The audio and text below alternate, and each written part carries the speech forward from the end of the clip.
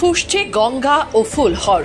এই দুই নদী বর্তমানে বইছে চরম বিপদ সীমার উপর দিয়ে। তার জেরেই মালদার রতুয়া ১ নম্বর ব্লকের বিস্তীর্ণ অঞ্চলে দেখা গিয়েছে ভয়াবহ বন্যা পরিস্থিতি। বিশেষ করে মহানন্দা টোলা ও বিলাইমারি গ্রাম পঞ্চায়েতের বহু গ্রাম জলমগ্ন হয়ে পড়েছে।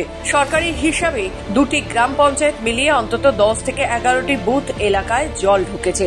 তবে স্থানীয় সূত্রে দাবি জলমগ্ন বুথের সংখ্যা তার চেয়েও বেশি। মহানন্দা টোলা গ্রাম পঞ্চায়েতের বন্ধুটোলা, রাজকিশোর টোলা, জগবন্ধু টোলা, বোধন টোলা, সম্বলপুর, গোবিন্দপুর এবং পশ্চিম রতনপুর এলাকা এখনো সম্পূর্ণ জলাবদ্ধ।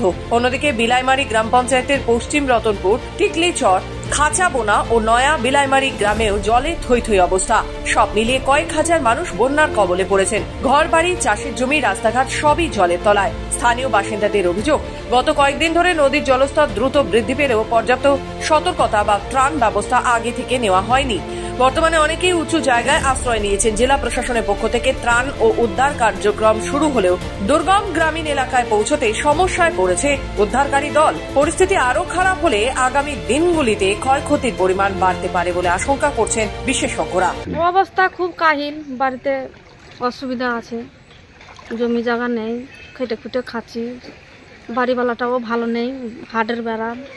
আচ্ছা, চলাফেরা কিভাবে করছেন? চলাফেরা খুব কষ্টে দিন যাচ্ছে, ছেলেটা এখন পড়ছে।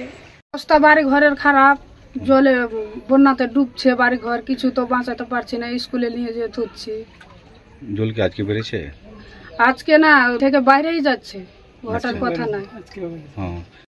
অবস্থা তো খুবই খারাপ, জানো যে বন্যা টন্যাতে প্রত্যেকদিন জল বাড়তে আছে, আজকেও বেড়েছে। আবার খাবার টাবারও অসুবিধা, কিছু সুবিধা নাই এখানে, নৌকা টৌকা কিছু দেওয়ানো হয় না, কিছু সরকারি সুবিধাও নাই। আমরা যে পারছি সে করছি, থাকছি, অনেক কষ্টে থাকছি এখানে। আমার মহানন্দটোলা ২৩টা মেম্বার, ২৩টাই বুথ ভাবতে হবে, ঠিক আছে। আমার গোবিন্দপুরে জল, নয়া বেলেমারি জল, মহানন্দটোলা জল, পশ্চিম রতনপুর জল, বেলেমারি কেটে সাপ, শ্রীকান্তটোলা, কান্তটোলা কেটেও সাপ, এখন মুলিরাম শুরু হচ্ছে কাটতে। আমি যতটুকু পারছি, আমার যতটুকু দিচ্ছে, আমরা ত্রাণ শুরু করেছি। মানুষকে খাওয়া দাওয়া, কোনো মানুষকে শুকনো ওই বাদে যারা বসে আছে তাদেরকে চাল দেওয়া হচ্ছে।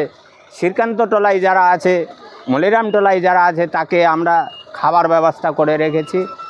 আমার সবটি বুধেই জল হয়ে আছে, তবুও মহানন্দটোলা থেকে নৌকা দিয়ে রেখেছি যাতায়াতের জন্য। আমাদের এইখানে বড় নৌকা যাতায়াত করতে পারছে না। আমরা ছোট ছোট ডেঙে গিয়ে চলার রকম 50টা 40টা লোক আঁটে, ওইভাবে নৌকা দিয়ে রেখেছি। আমার 5টা নৌকা এখানে চলছে। মালদা থেকে মাধব কুমার মণ্ডলের রিপোর্ট, খবর বাংলা।